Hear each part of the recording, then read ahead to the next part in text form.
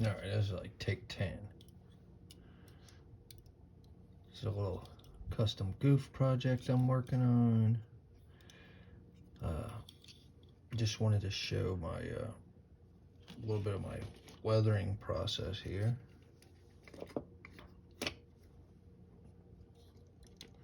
You know, this is a winter whitewash type of deal. So we got a lot of the paint is going to be coming off through the moisture and stuff like that. A few people have asked how I do this. I tried to put a little picture step-by-step thing on my Instagram, but it might be easier for people to see just how easy it is. And forgive my primitive setup here. Basically, I just got my basic oil paints, you know, a little bit of oils, a little gamma sol. You're wanting to start light, work dark. So, you know, I like to start with the raw sienna. Hit these edges, you know, where we're gonna be getting some contact at, abrasions, etc. I've already done this like, I don't know how many times. Whatever the hell I said in the beginning, something keeps going wrong. It's basically too rusty already, but you know, we roll with it. It's all about compiling layers. And Mike Rinaldi at Rinaldi Studio Press taught me this method. You know, you should follow him, check him out. Go check out his YouTube page if you're really interested in this, because it's way more informative than this is going to be. But for the layman, you know, you're wanting to put down your perimeter paint, and then kind of you want to manipulate that. You know, you're kind of just floating these pigments around. Maybe push them to the edge, fade out the edge. You're wanting to start light and then go dark. It's a lot easier to control that way. You know, I'm just thinking as on a practical standpoint. If, you know, moisture is going to be running down here, it's going to be catching in here, maybe streaking down here to the corner. You know, you could do whatever you want. And you're wanting to basically just hit it with a hair dryer in between, because you got such a long working time with oils that it's very, very forgiving. You got multiple days working time, potentially.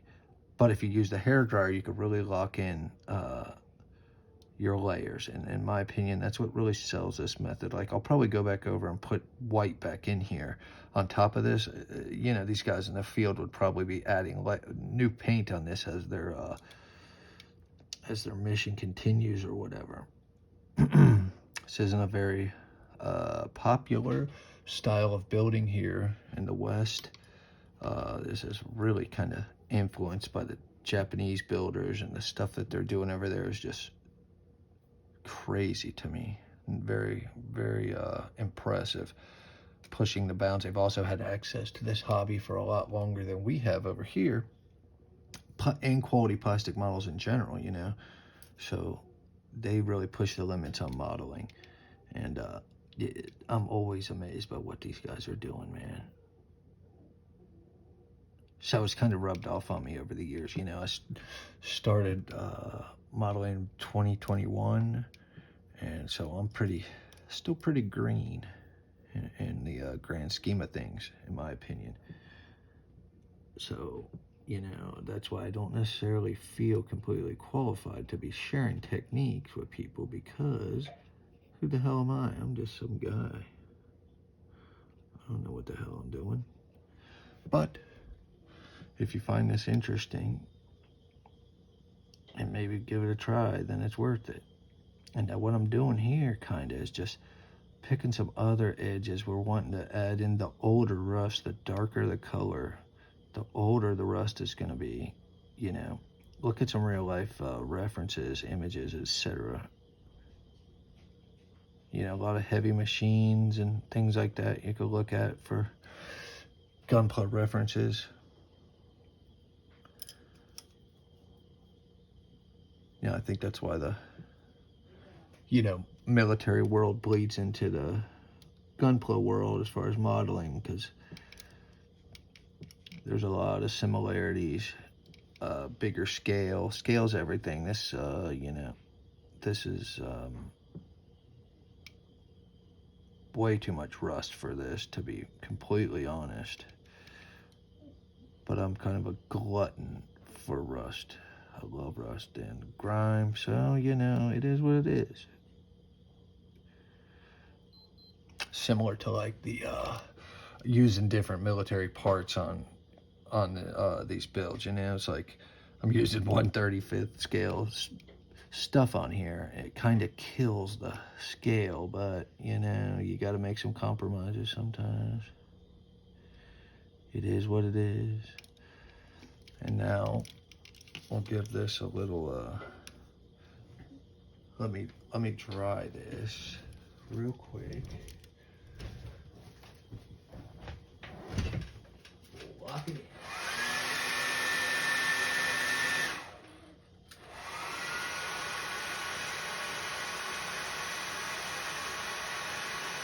Edit this out, I would, but I do not have a computer or anything like that, so apologize.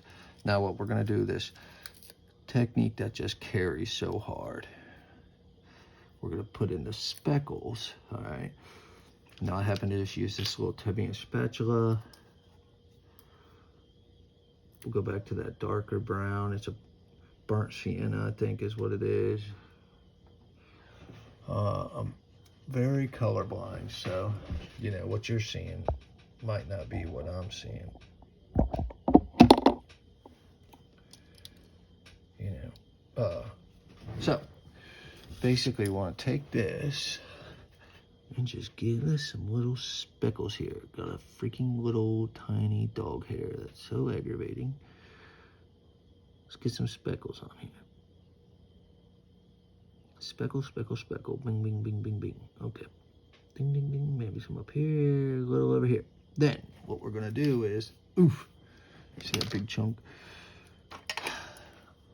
Go back in with the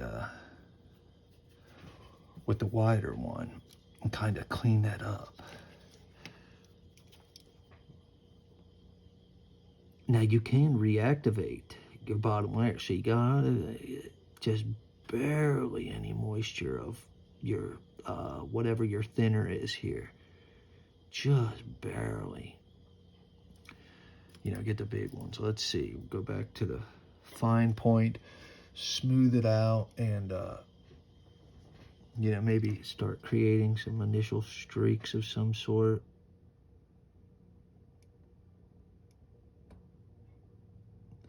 You know, you want to try to just, yeah, I mean, if you miss some, it's probably fine, you know. There's a little freaking hair there. Plague of my existence. Yeah. Yeah, so you want to just smooth that out. Clean your spatter up. All right. Then you could kind of determine what you're going to kind of panel line, if you will. I'm not going to flood any of these surfaces by any means, you know, to hit these panels, but this is how kind of it works naturally. These things catch in these cracks, panel lines, crevices. So you could, you know, go through, hit it with a little, maybe a little too dry. You know, maybe at the end here.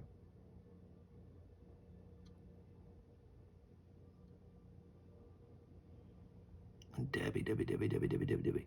Bing. Okay. Now you really can see the outline of that panel now. Now, if this was a regular unit, I'd probably be doing a dust color first. If this wasn't like a winter unit, I'd be going in with some type of dust to get in these cracks. That's how a lot of military machines look, very dusty and dry, summertime at least. I like that look a lot.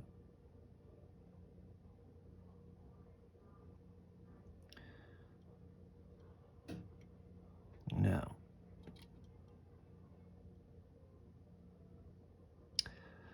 I mean, I think it's looking pretty good. So you can see where this is going. And now, that was a, what I said, burnt sienna, I think, for all you color-abled people out there. Now what I'm going to do, just for the sake of this, is I'm going to make the jump. I usually try to be pretty gradual about that, but we're going to go hit this freaking Winsor Newton burnt umber, which is absolutely spectacular color, in my opinion. This is still a little wet. That's okay. But now we'll start adding in our old rust. Our day one rust. Been here for a grip rust. Ding, ding, ding, ding, ding, ding, ding. Get this edge, that edge be real crusty like. Now, I mean, I guess I could have this thing be like stagnant, maybe just post it up at some type of checkpoint or something like that it would just be sitting there, maybe unmanned for a period of time, so it could gather all this rust. That would probably make sense in the lore or whatever behind it.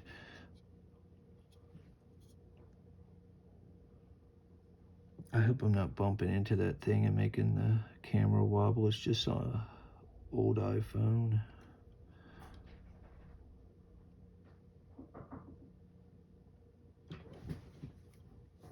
What the hell? Okay, hopefully that worked out. And this just joined back together.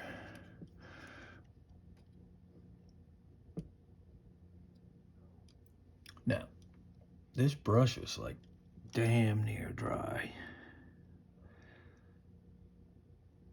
But you can see here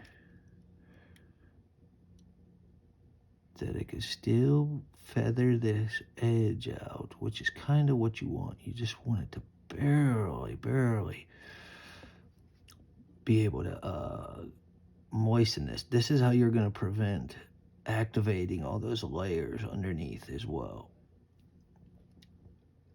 Sometimes you got to reset, you got to wet your brush up and then, dry it off again. But a lot of times you could just manipulate this and it ends up kind of, selling as like, weathering in some way, some type of dirt or something on the very surface. Like, you gotta remember I try to keep these streaks a little in check, as much as I love making streaks, because they'd be like freaking gigantic. They'd be like 10-foot freaking streaks or something. So it's kind of a artistic choice you got to make, whether you're gonna go for a certain look and break scale accuracy, or I try to kind of balance that line a little bit,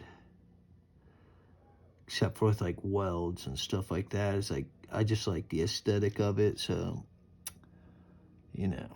I just bite the bullet on that one. Rivets and welds. Some of these rivets and shit would be like the size of your head or something. Now, I have thought, for just continuity's sake, of making a build of a maintenance bot that has a massive welder and rivet gun and stuff, just for say, oh no, this guy does that. Look at that. Well, you making fun of my weld? Look at this. Here's a friggin' 18-meter tall friggin' welder.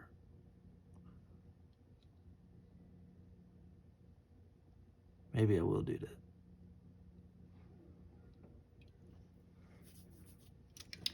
Okay, so that's pretty much, what you just got to do. You just got to, it takes me a very long time to do this. I mean, I, honest to goodness, could not tell you how long this took to get to this point. And I'm really not even satisfied with it, to be completely honest.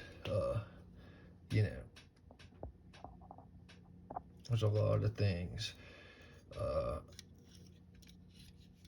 And one of my other takes that the way I discussed about, this is a lot of this is the base coat, so I use Mission Models paints, great paint, especially for weathering. If you don't put the poly additive in the paint, then it remains susceptible to